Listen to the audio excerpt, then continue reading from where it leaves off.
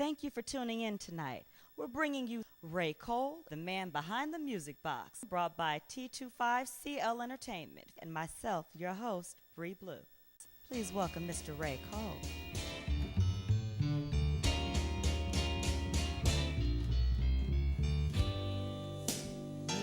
Call it Stormy Monday. But Tuesday's just as bad. They call it Stormy Monday. But Tuesday's just as bad.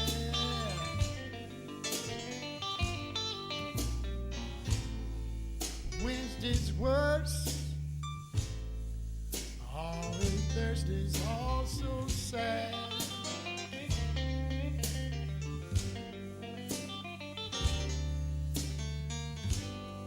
The eagle flies on Friday. Oh, and Saturday I go out to play. Woo! The eagle flies on Friday. And Saturday I go out to play.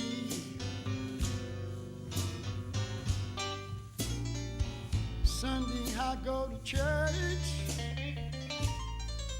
Lord, and I kneel down and pray.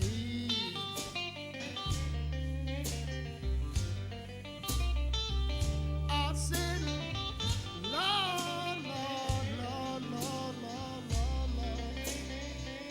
Lord, have mercy on me. Woo!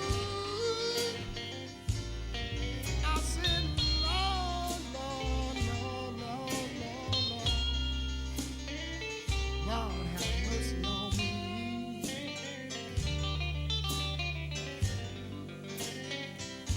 I said, you see, I can't find my little baby. Lord, send her on home to me.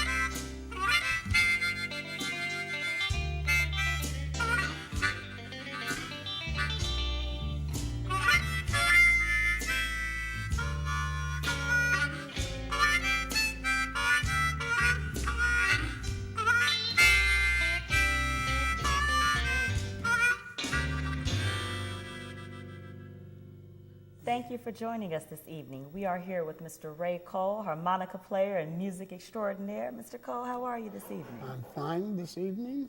It's good to meet you. Oh, good to meet Glad you to as be here. well. Thank you for coming on the show tonight. Maybe you can give us a little information about yourself. Well, I'm from Nebraska. I've been living out here in California for about 20 some odd years now. Sang with various groups, Cavaliers. I've also done singing with a lot of other stars out here in the Bay Area. How long have you been doing this? Oh gosh, probably, well, I've been harmonica playing for like about 30-some years. Wow. Now, what of all instruments, what got you interested in playing the harmonica? Well, my daddy was a guitar player. My brother was a guitar player. So you need I to couldn't do deviate. that. I couldn't do that, so I decided to take up harmonica. But before that, I started playing the drums also. Wow. But then it's too much work in that. So the harmonica's easy? Yeah, you just throw them in the bag, put them back in the pack, and go. You can leave.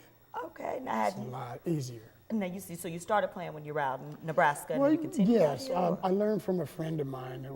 He played keyboards, and plus he used to play. Had the upright harmonica bridge on him, and he did songs shows that way at his house. Wow. I couldn't figure, out where. I was like, why does this guy get all these people over there? And I Yeah, I never heard of the harmonica player getting the girls. So, oh man, I could not believe it. And I walked in, I was like, oh my goodness. And I says, I need to talk to you later. And he was like, you know what? So he told me later, he goes, I'll teach you. So I used to start to come over to his house. That's how I got started.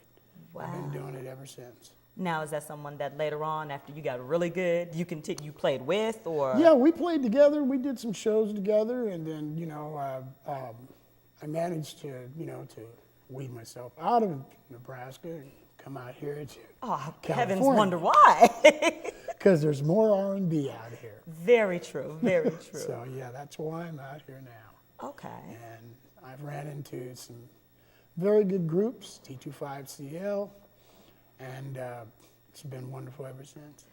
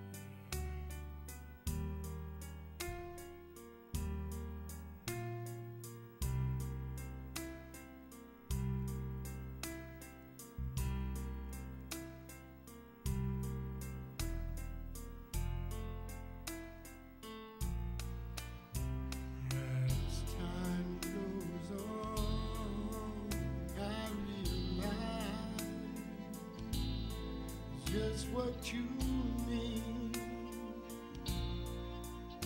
to me.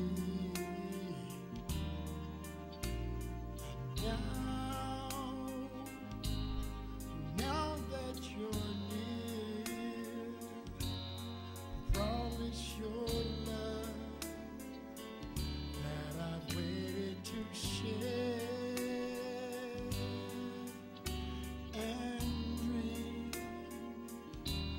Our moments together,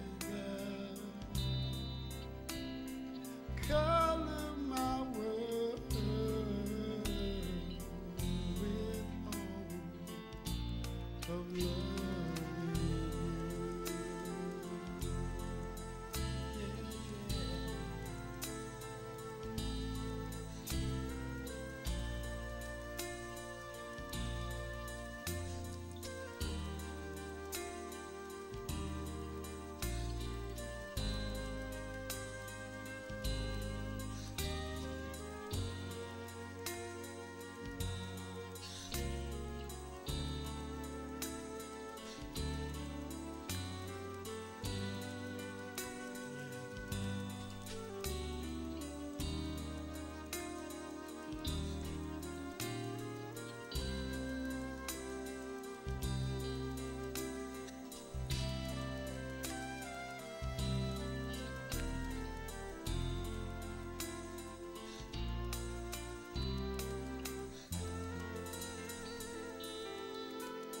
Now, so what are you doing now? Are you still playing with groups, or have you tapered yeah, off a little? Or? You know, I've been, you know, like, being a helper around the Bay, you know, helping people with their own shows and singing with other groups. Okay.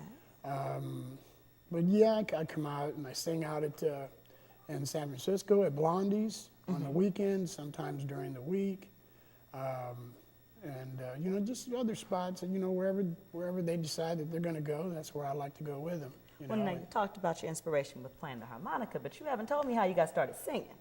Singing is what really gets all the ladies. So how did you get into that? I started out was that I wanted to be behind the speakers, not out in front of the stage, you know, but it ended up singing with a group called the Cavaliers. They broke me out of the habit. They said, well, in order for you to get a paycheck, Front and center, huh? you got to be out front. So I was like, okay, so that's how it started. Did you have stage fright? Yes, I did. Yes, I did. And, you know, I can't tell you about that part, about how I get through it, but I get through it, and it helps me, you know, my own way. So do you still find yourself getting nervous when you get on stage? Oh, or? of course, of Really? course. Oh, yeah. of course. But then, you know, once you get into your element and you sink into it, you're good to go. Nice. Now, I heard a little something about something called United We Stand. Yes. Give you a little background about that? Myself and Myron Edwins, Myron's associated with T25CL, and he brought me in because I was singing background vocals with him on the CD. The CD that he sang is, the song is called Compliment Her, and it's R&B. And then there's some other songs that I sang with him on there called Show Me the Way that, you know, I sing, I'm the lead singer on that. Nice.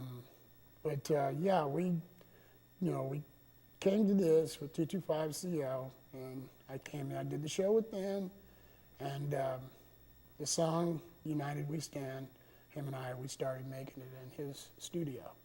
Wow. So I helped him write it. Nice. So, that's a pretty big accomplishment. Yeah. So I mean, you know, for me, to me, it's still like a little playground for me. It's what you It's enjoy. like I'm still growing up, you know, and learning stuff. You know, so even, you know, these on the head. Full head of hair. Full head of hair. You know, but you know, it's still like an open, you know, like a still new ball game to me, and I'm loving every minute of it. And you know, T25CL has given me that, you know, the chance for me to widen my horizons. Well, what would you say to someone coming up now that's interested in pursuing music, and any bits of advice you might give? Well, for what I was told, you know, talking to a gentleman just last night, told me, you know, to always just, you know, believe in your dream and follow your heart. And don't let anybody, you know, tell you that you can't do it. Very true. So you just to stay with it and keep at it, and God will help you through. You got to have God in your life. You definitely need some guidance. You bet. So that's pretty much where I've come, and this is where I'm at. And I thank God for everything that, you know, that I get and what happens to me.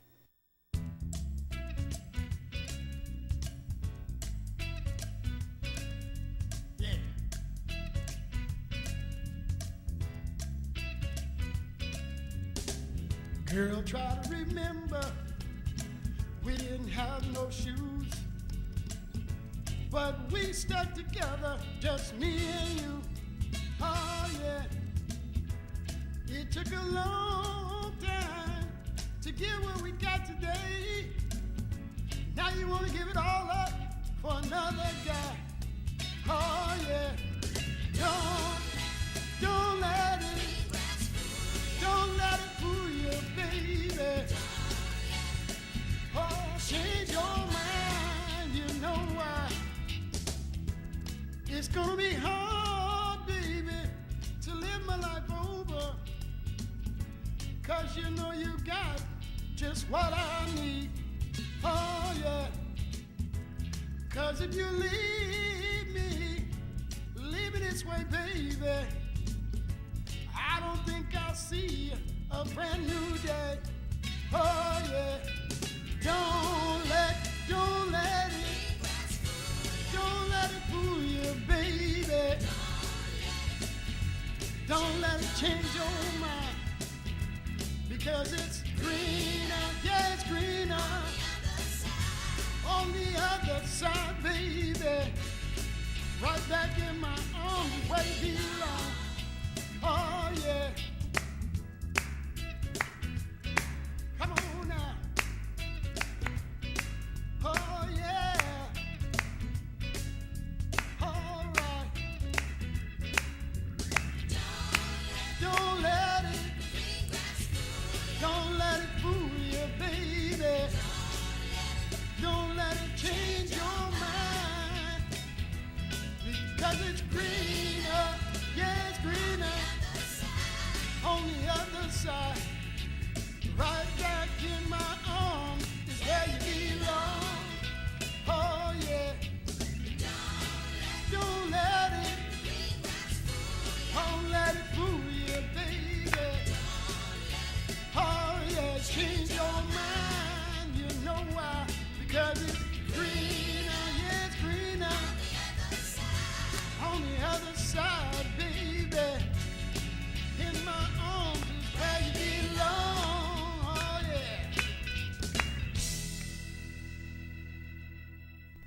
now if someone was to want to come out and see you perform somewhere, how would we get in touch with you to find out where you may be?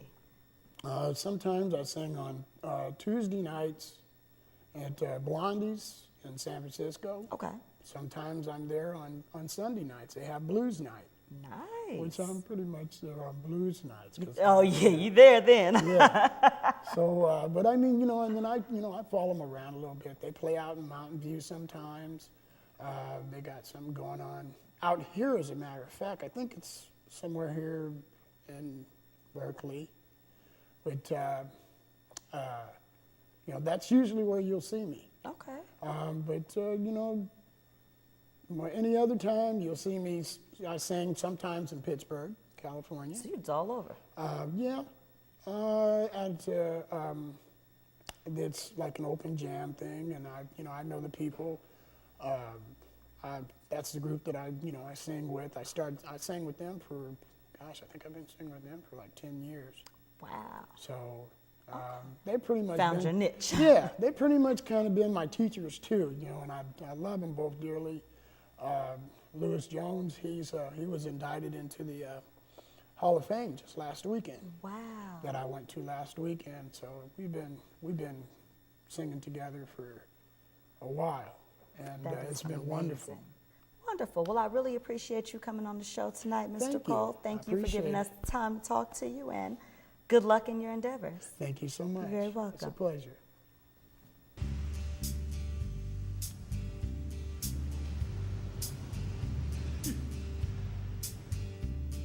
Sitting in the morning sun, I was sitting in the evening come, watching the ships roll in, and I watch them roll away again.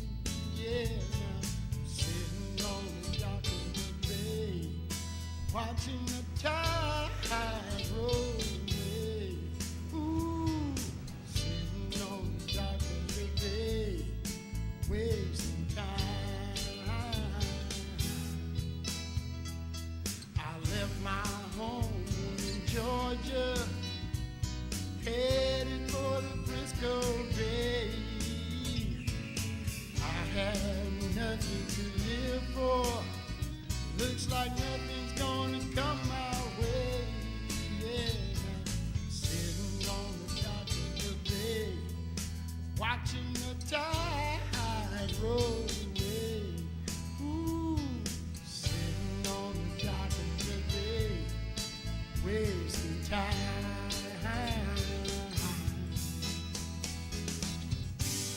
Looks like nothing's gonna change.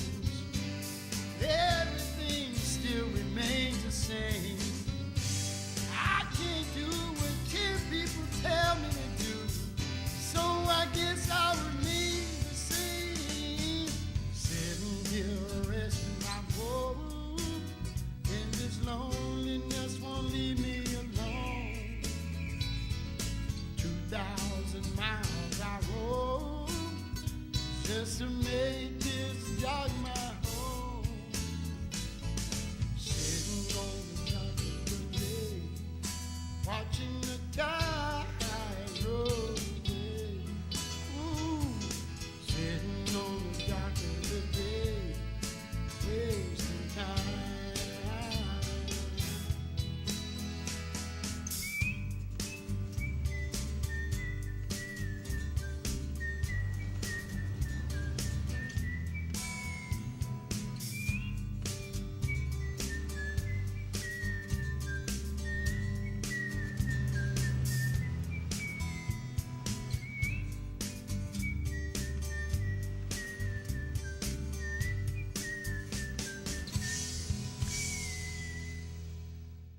And now for your poetic enjoyment, please welcome to the stage, Epitome.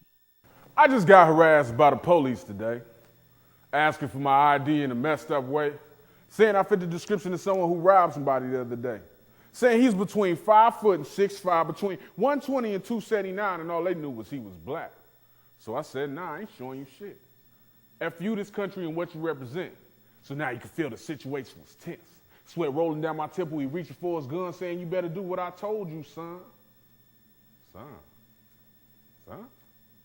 You ain't never been my father in any relation. I don't know what makes you think you is because of your occupation. I don't see the correlation, and based on the history of this nation, the only reason you talking to me now is because I'm not Caucasian. So now you're feeling primitive, taking the truth so sensitive. He wants to put me in cuffs.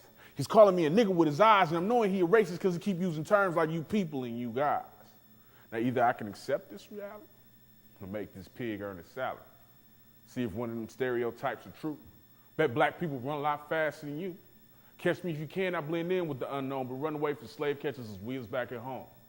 So now if they come in my home with no search warrant alone, might be one less racist cop gone. Buried in my backyard, feeding the dog the bones. So F nah, I ain't showing you no ID and you can't make me. And that's my first piece.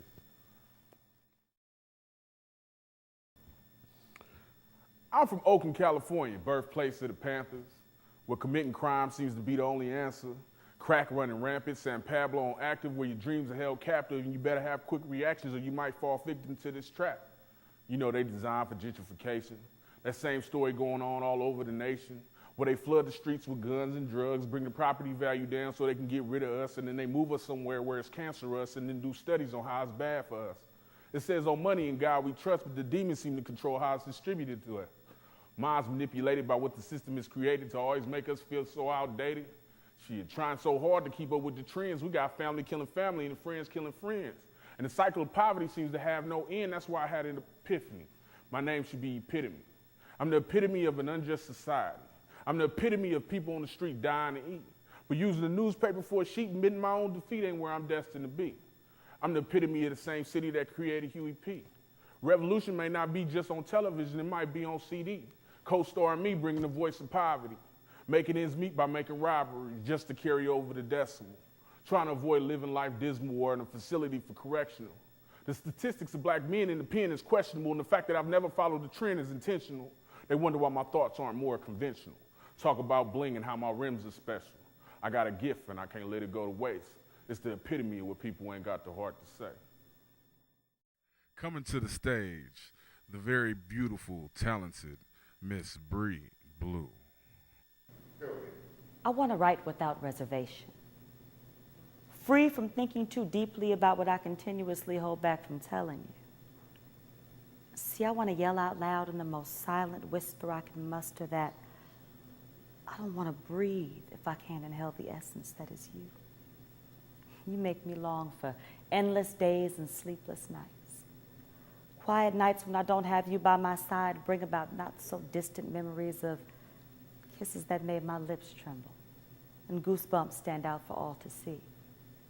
You bring me laughter and tears and hopes for many years of blissful content. See, the very corners of my soul turn up at the mere thought of your existence. Sometimes I sit and watch you sleep, wondering if I could ever bring about the peaceful calm that lays like a veil atop your face. Wondering if I was to plant soft and subtle kisses up and down your spine, would you smile in your sleep? If I rubbed your head when you were tired, offered you my chest when you were weary, would that be sufficient? Be enough? Be all that you need? See, when I'm awake, my thoughts are of you. When I'm asleep, my dreams are filled with visions of our togetherness. I don't usually write love poems, more like real poems, but the love that envelops me like a thick haze on a humid day made me put pen to pad to get out all I have to say. I love you. I'm not trying to sugarcoat it or make it sound any less real than it really is. I've fallen so deeply in you that no part of me would be honest and true if I didn't say it now. See, every song I hear brings lines to mind that assist in defining my emotions. And every pearl of wisdom I receive has allowed me to believe that I speak the words many are afraid to say. Yesterday, I loved you. Today, I love you. Tomorrow is not guaranteed, but if it were, I'd love you still. See, if you pulled apart the pieces of my heart, you would see that it beats in synchronicity with yours. While still wanting to be an individual, I long to be the very extension of you. Wanting my steps to match yours, my eyes to reflect yours. With you, my pride no longer matters. My ego no longer exists, and I will stand on the tallest of mountains and the highest of trees and the tops of buildings for everyone to see, for everyone to know. You had me at hello. Just because a man whispers to you, let's make a baby, while you're riding him into oblivion, doesn't really mean he wants you to carry his seed. So why do we continue to allow ourselves to bring more fatherless children into our communities? See, intercourse has never equated to love. So how will producing a child conceived in moments of lust bring about that happily ever after, two-parent household, white picket fence fantasy that will rarely ever come true? These days we have 35-year-olds becoming premature grandmothers and babies making babies, all the while not concerned with anything other than making sure their kids are fitted. Teenage mothers are prancing through local malls shopping for baby Jordans instead of baby bottles and baby's formula because it's cute. Getting off on oohs and ahs and, oh, girl, your backpack matches his diaper bag. Don't trip, girl, you didn't need him anyway. So the cycle continues. We have little girls growing up without male influences, learning how to walk it out before learning how to walk, spelling B-E-T instead of A-B-C, and we laugh. Buy them miniature stripper clothes because they fit, thinking it's amusing when they learn to repeat, this ain't but fail to correct their man-hating mentalities because their mothers never had a father to teach them any differently. So the cycle continues. We have little boys growing up without male influences, believing at the age of 7 that they have to be protectors, struggling with the dichotomy of soft versus hard, not knowing if it's more manly to open a door or hit with an open hand, running to friends for guidance since mommy just doesn't have what it takes to raise a man, bedding young girls because their rapper, actor, idols say it'll make them a man. So the cycle continues. Now we have him and her, he and she, younger versions of you and me playing grown-up, attempting to create a product of the two of them that will ultimately be brought up just like them. See, we're proclaiming the children are our future, but aren't doing anything to better their present, so what could possibly lay in store for my people? We rely on the misguided school system to educate our children about sex, yet become enraged when they engage in it as though anything in our society promotes abstinence. So now we have 13-year-old little Shay Shay hooking up with 17-year-old JJ, giving it up in her mother's bed. See, he told her she wouldn't get pregnant if he just put the head in. She already has images of little thems running through her head, so his presence isn't even required. And the cycle continues. See, I heard of taking your daughter to work day, but since when did it become fashionable to push strollers across junior high campuses? To threaten to take child support out of his Mickey D's check so you and your baby can have the latest pair of matching J's? This is sick. Sickening to watch swollen bellies beneath training bras. Young boys sticking and moving, not being taught the responsibility of being a man, so they opt to not waste time trying to raise one, and young women give in. Brought up with the belief that men have the option to become fathers, so they don't force the issue. Would rather choose to use EBT cards at the corner store and place their names on Section 8 housing lists than use birth control to prevent bringing yet another statistic into our community. The cycle has continued for far too long. It has spiraled out of control, and now we take buses to prison in our church clothes to show off our kids' new gold ones to denim-clad daddy. Put our 14-year-olds on depo since they're just going to do it anyway, but don't warn them about the repercussions. So now we have little girls thinking they're ready to become mothers because their hymens have been broken. And little boys thinking it's little girls' faults when they become pregnant since nobody ever told them the pull-out method wasn't designed to work in the first place. So the cycle continues, but it doesn't have to. See, let's start actually communicating truth with our children. Tell them something a little bit more than keep your pants up and your dress down. How about something like spreading your legs won't keep that man around? Let's start being doers instead of sayers, showers instead of tellers, because if we keep making babies who are making babies, then our babies will never get a chance to be babies. So let's stop while we can. Stop before it gets so out of hand that mothers and daughters are shaking it fast in the club together and dropping it like it's hot while trading stories about men in between sharing blunts and shots. See, for the first time in a long time, let's come together and do something right. Something other than gossip and argue and fight. If we care about the future of the seeds that we produce, then let's stop teaching these little girls that young single motherhood is cute. It's time to break the cycle. If no one told you you were beautiful today, then let me be the first. See, I know you looked in the mirror this morning and realized your reflection wasn't smiling back at you. Maybe you thought your hair wasn't straight or long enough, your face wasn't clear or light enough, your nose wasn't thin or pointy enough. But if I had been standing there beside you, I would have told you that you are amazing. See, as women, we're taught to be wary of those who share our gender, cautious of those who try to befriend us for fear that they have ulterior motives. See, our jealousy of others is apparent, yet we still try to hide it. So instead of complimenting her on her style and grace, we find ourselves searching intently for her flaws, voicing our displeasure for all to see, hoping, wishing silently that in some ways we were she. Because we're never really content with being we, being us. Or I guess I should say being me, because I never thought I was good enough.